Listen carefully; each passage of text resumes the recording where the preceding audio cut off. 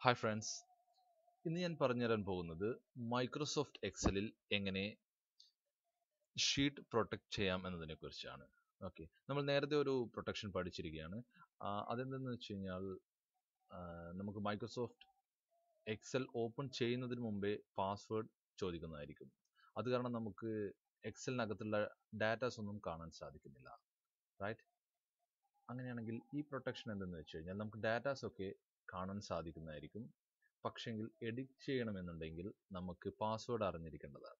Okay, so ഇതെങ്ങനെയാണ് ചെയ്യാമെന്ന് നമുക്ക് നോക്കാം. ഓക്കെ, ഞാൻ ഓൾറെഡി കുറച്ച് ഡാറ്റാസ് കളക്ട് ചെയ്ത് വെച്ചിരിക്കുകയാണ്. കുറച്ച് item name and expiry date ആണ്. ഓക്കെ, അപ്പോൾ നമുക്ക് എക്സ്പയറി ഡേറ്റിൻ്റെ ഈ ഏരിയ മാത്രം നമുക്ക് എഡിറ്റ് ചെയ്യണം.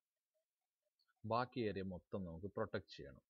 ഓക്കെ, അങ്ങനെയാണെങ്കിൽ നമ്മൾ ആദ്യം പ്രൊട്ടക്റ്റ് ഷീറ്റ് ഫസ്റ്റ് നമ്മളിപ്പോൾ ഹോമിൽ ആണ് ഉള്ളതെങ്കിൽ നേരെ റിവ്യൂയിലേക്ക് പോവുക. ഓക്കെ, അവിടെ നിന്ന് നമുക്ക് പ്രൊട്ടക്റ്റ് ഷീറ്റ് ക്ലിക്ക് ചെയ്യുക. ഓക്കെ, അവിടെ നമ്മൾ ഒരു പാസ്വേഡ് കൊടുക്കേണ്ടതാണ്. അതിനുശേഷം ഓക്കെ കൊടുക്കുക. റീ എൻ്റർ പാസ്വേഡ് എന്ന് അടുത്ത പേജ് വരുന്നതായിരിക്കും. അപ്പോൾ അവിടെ നമ്മൾ പാസ്വേഡ് റീ എൻ്റർ ചെയ്യുക. ഓക്കെ, നമുക്കിപ്പോൾ നോക്കാം, എൻറ്റയർ ഷീറ്റ് പ്രൊട്ടക്റ്റ് ചെയ്തിരിക്കുകയാണ്. ഇപ്പോൾ നമുക്ക് എവിടെ ക്ലിക്ക് ചെയ്ത് കഴിഞ്ഞ് കഴിഞ്ഞാലും പ്രൊട്ടക്ഷനാണ്. നമുക്കിവിടെ എഡിറ്റ് ഒന്നും ചെയ്യാൻ സാധിക്കുന്നതല്ല, മാനിപ്പുലേറ്റ് ചെയ്യാനും പറ്റത്തില്ല. ഓക്കെ, അങ്ങനെയാണെങ്കിൽ നമുക്ക് ചില ഭാഗങ്ങൾ മാത്രം എഡിറ്റ് ചെയ്യണമെന്നുണ്ടെന്ന് കരുതുക. എക്സ്പയറി ഡേറ്റിൻ്റെ ഈ ഡേറ്റ് ഒക്കെ എനിക്ക് ചേഞ്ച് ചെയ്യേണ്ടതുണ്ട്. അങ്ങനെയാണെങ്കിൽ നമ്മൾ ഈ ഏരിയ മാത്രം സെലക്ട് ചെയ്ത്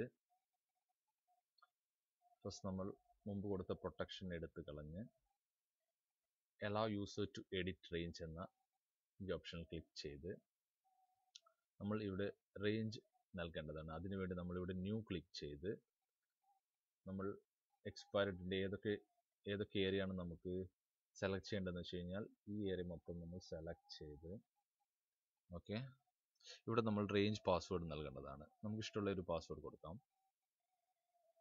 ഓക്കെ കൊടുത്ത് റീ എൻ്റർ പാസ്വേഡ് വീണ്ടും നൽകി. ഓക്കെ, അതിനുശേഷം നമ്മൾ അപ്ലൈ ചെയ്ത് ഓക്കെ പ്രസ് ചെയ്യുക. ഓക്കെ, അതിനുശേഷം നമ്മൾ വീണ്ടും പ്രൊട്ടക്റ്റ് ഷീറ്റ് എടുത്ത് നമ്മൾ പാസ്വേഡ് നൽകി ആ ഷീറ്റ് പ്രൊട്ടക്റ്റ് ചെയ്യുന്നതാണ്.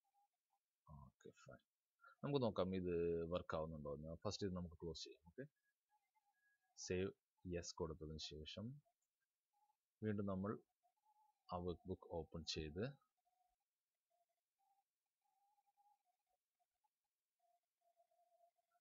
ഓക്കെ, ലുക്ക് നമ്മളിവിടെ ക്ലിക്ക് ചെയ്യുമ്പോൾ ഇതെല്ലാം പാസ്വേഡ് പ്രൊട്ടക്റ്റഡ് ആണ്.